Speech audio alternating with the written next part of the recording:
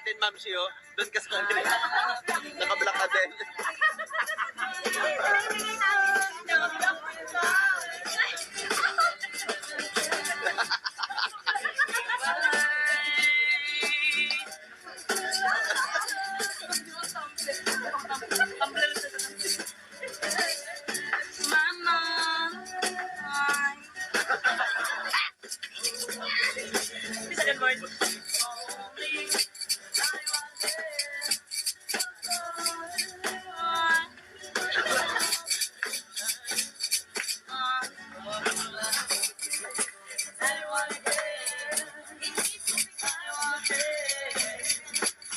Whistle, whistle. Tunog tao.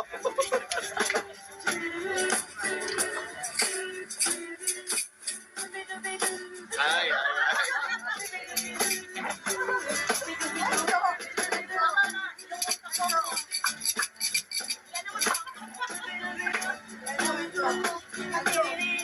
Ito daw, ganito daw.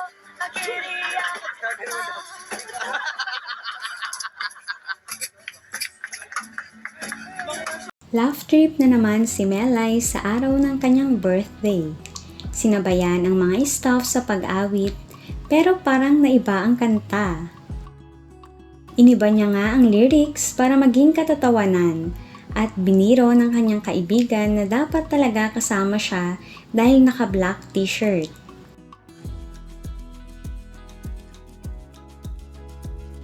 Puro katuwaan talaga ang hatid ni Melay. Hindi daw naboboring ang mga kaibigan pag siya ang kasama dahil walang humpay na tawanan ang magaganap. Ganito lang daw ang gusto ni Melay sa kanyang kaarawan, ayaw niya ng masyadong magarbo, mas sanay siya sa simpleng salo-salo.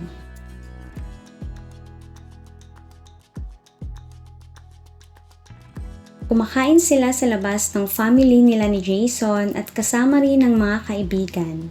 Pati na rin ang kanyang PA at makeup artist ay sinasama nito.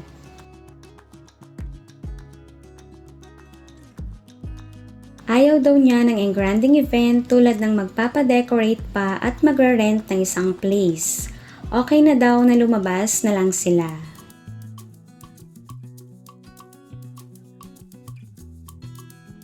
Nakaka-proud talaga ang isang Melay Cantiveros Francisco. Napaka down to earth kahit malayo na ang narating sa showbiz.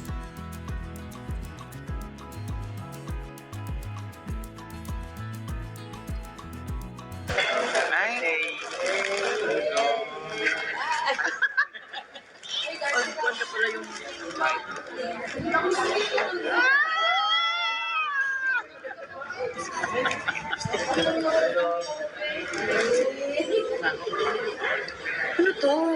Box sa loob ng box? Bayo ba? Nandun na vaccine me. Sana all may gear. Sana all. Sana all. Ingat.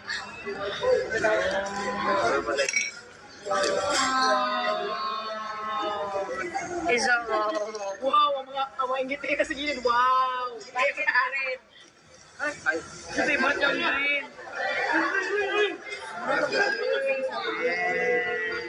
Thank you.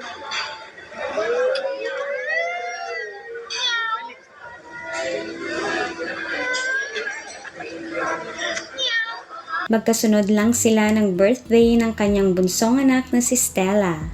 Kuhang-kuha nito ang sense of humor ng kanyang mami Melay.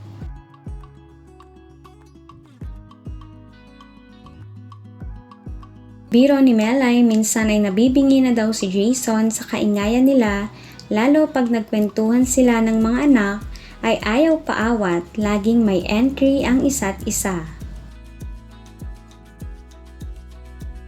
Pero kahit na minsan ay sobrang naiingayan na si Jason sa kanyang mag-iina, ay okay lang daw basta't laging healthy ang mga ito.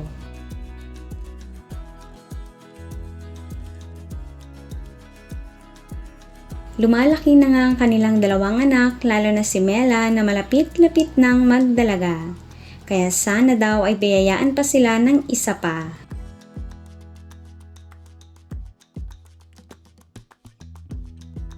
Wish ng mga Melason fans ay sana magkaroon sila ng baby boy para lalong maging maingay at masaya ang Francisco family.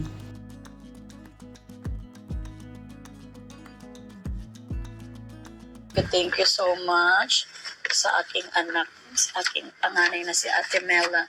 Ang gift niya is letter. I love you, Mama, dear Mama. Thank you for everything. I'm so blessed to have you as a mother. I wish you more blessings and wish that Jesus will guide you. You're my funny mama in the world. I love you so much. Happy birthday. Funny lang, walang beautiful mama. Thank you so much. Ito naman from my baby Stella. Happy birthday, Mama. Wish you a happy birthday and bigyan ko ikaw ng pera 5,000 and I love you. I love you, babies. Ano to pera-pera? I love you, my baby.